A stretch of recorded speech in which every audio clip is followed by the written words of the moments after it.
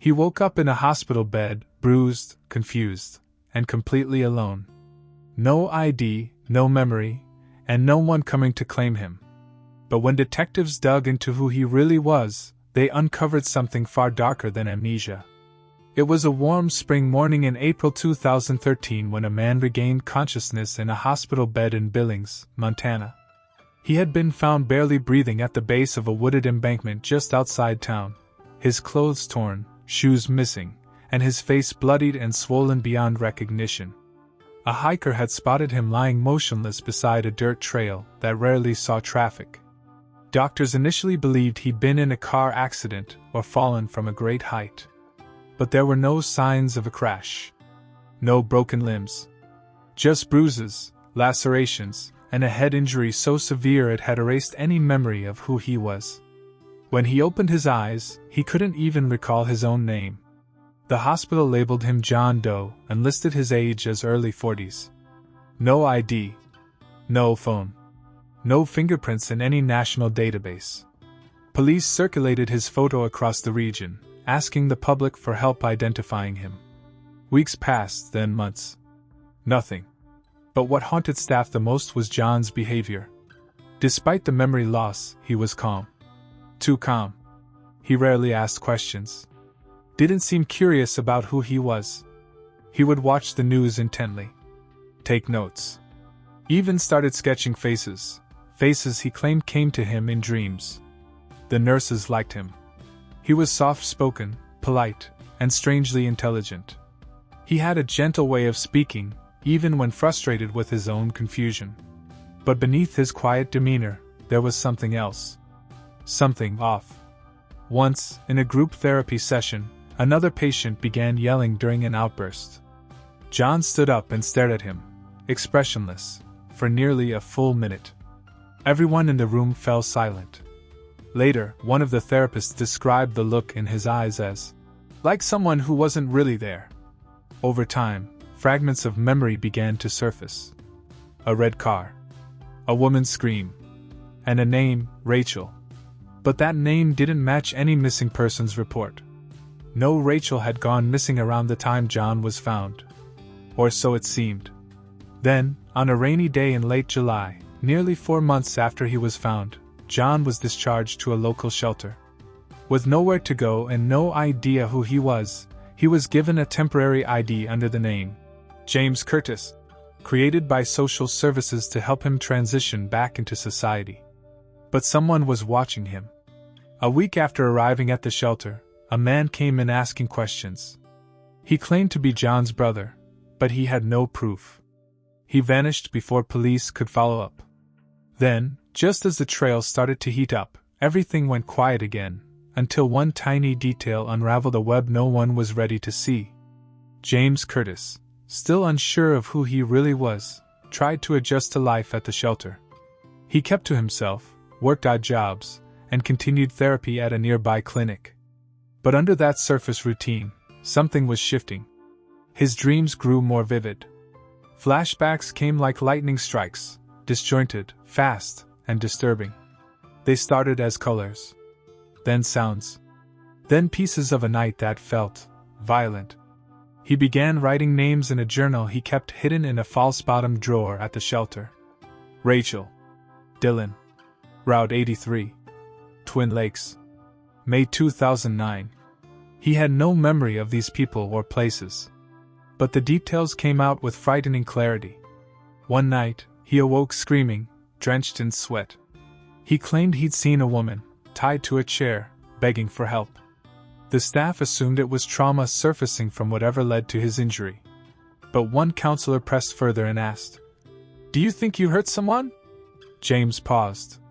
Then said, "I don't know, but I think someone died." That same week, one of the shelter volunteers noticed something odd.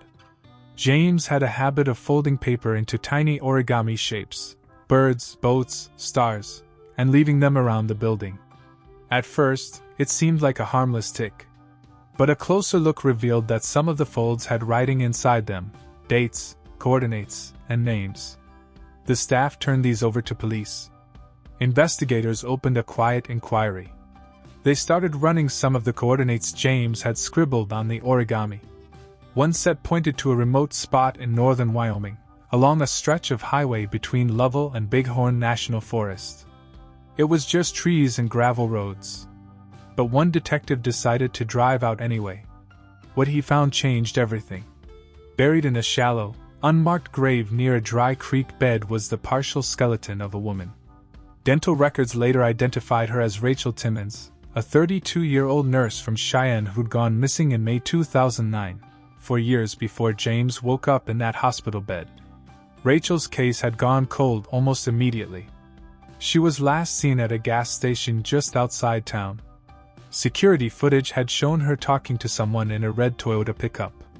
The driver's face was never seen clearly, but he was described as tall, white, early 40s.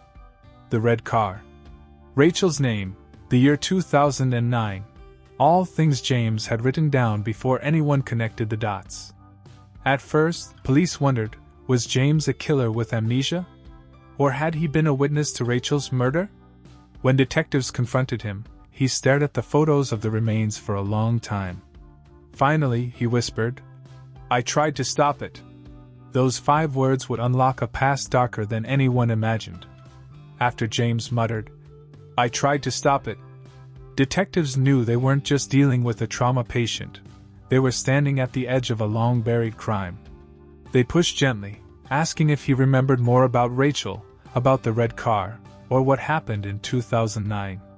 But James couldn't give them a straight timeline. His memories were fractured, like puzzle pieces soaked in water. So police built a timeline for him. Rachel Timmons disappeared on May 13, 2009. She was supposed to drive from Cheyenne to Bozeman for a weekend seminar. She never arrived. Her car was found 3 days later, abandoned outside a convenience store in rural Montana, nearly 500 miles off course. Surveillance footage showed Rachel in the store, talking with a man, unseen behind a display rack, but described by the cashier as quiet, polite, clean-cut.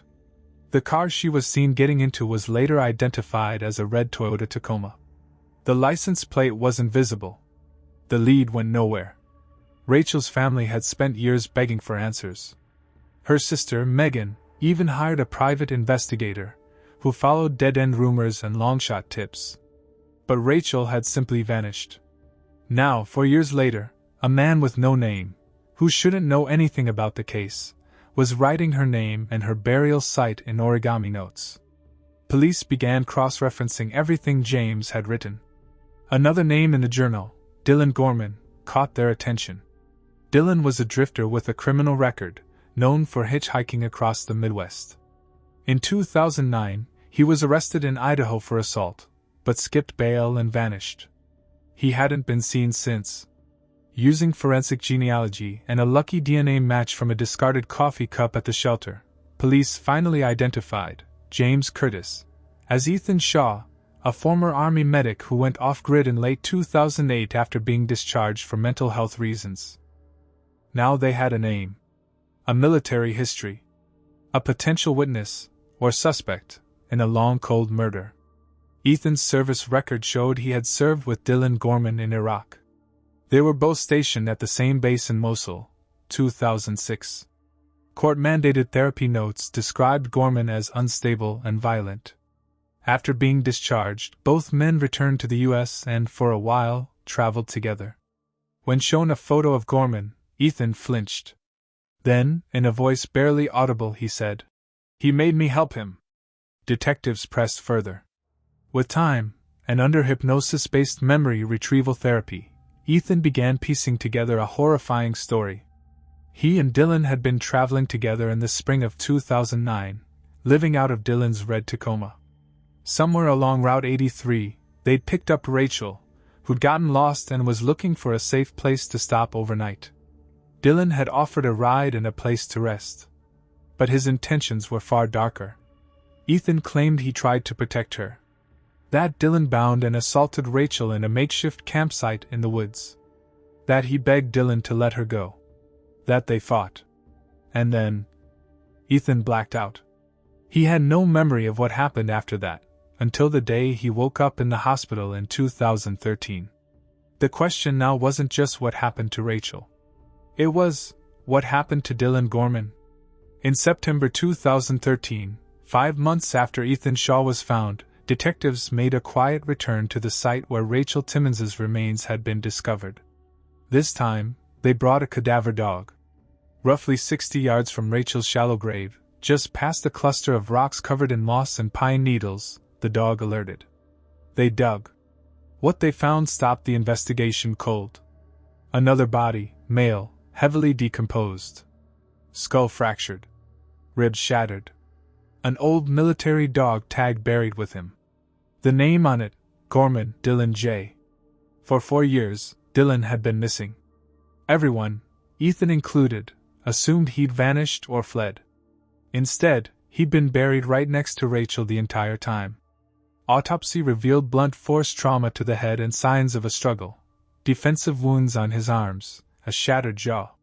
There were no ligatures, no weapon nearby, and no obvious way to tell exactly when he died. But nearby, buried just beneath a log, they found something else. A blood-stained rock. It had traces of DNA from both Dylan and Ethan. Suddenly, the pieces began to realign. Detectives now believed that Ethan Shaw hadn't just witnessed Rachel's murder, he had stopped it. Ethan, in a surge of panic or rage, had turned on Dylan. The rock matched the blood on Dylan's skull. But there was no sign the killing had been premeditated. No cleanup. No attempt to flee. Just a sudden, brutal end to a night of horror.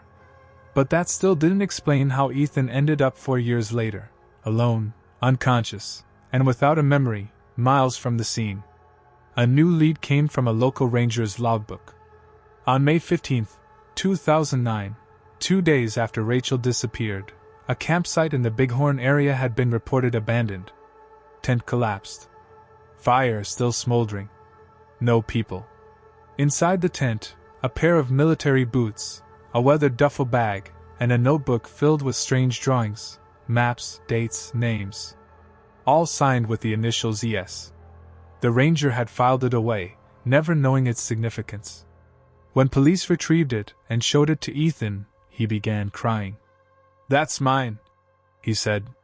Experts believe Ethan suffered a dissociative fugue, a rare psychological state triggered by extreme trauma. After killing Dylan and possibly trying to report Rachel's death, his mind simply shut down. He wandered for days, maybe weeks, before collapsing near Billings, where he was found. He hadn't been hiding. He had simply forgotten. The media picked up the story like wildfire. The man with no name. The killer who saved a life. Amnesia hero or hidden monster? But police saw him differently. He wasn't a monster.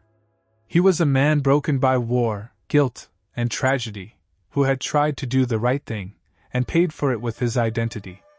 By the end of 2013, the case had come full circle. 2 victims, 1 hero, and a tragedy that had gone unnoticed for 4 years. Ethan Shaw was never charged. The district attorney publicly declared that the evidence supported a case of justifiable homicide, a killing committed in defense of another person's life. Ethan had fought off Dylan Gorman, likely saving Rachel from an even worse fate. He had tried to stop the violence, and the violent man had died for it. But for Ethan, there was no celebration. No victory. When he was told he wouldn't be prosecuted, he simply nodded. Then said, "What about Rachel's family?" He met them privately, in a quiet room at the Cheyenne Police Department. Megan, Rachel's sister, would later say, "He cried more for Rachel than he did for himself. I think part of him still believed he should have died out there too." Rachel was laid to rest for a second time, this time properly, with her family. Ethan attended the funeral from a distance, watching from the back. He didn't speak. Didn't introduce himself. Just stood there in a plain black coat, hands shaking. As for Dylan Gorman, his remains were cremated. No one claimed the ashes. In the months that followed, Ethan began therapy under the VA's Specialized Trauma Recovery Unit. Memory returned in fragments, some good, most unbearable. He remembered Dylan's escalating violence during their travels. How he had tried to walk away, but felt too lost to fight back. How the war had already broken them both in different ways. In 2015, 2 years after his identity was restored, Ethan legally changed his name again. Not to hide, but to start over. He moved to a small town in Oregon, where he now volunteers at a shelter for runaway teens and veterans with PTSD. He rarely talks about what happened, but he keeps Rachel's name on a bracelet around his wrist. The case is officially closed. But the story lingers, in every quiet place where someone vanishes, in every mind struggling to separate memory from nightmare. And in the woods of Montana, where a man with no name once wandered out of the dark, carrying the weight of a life he could no longer remember, but could never forget.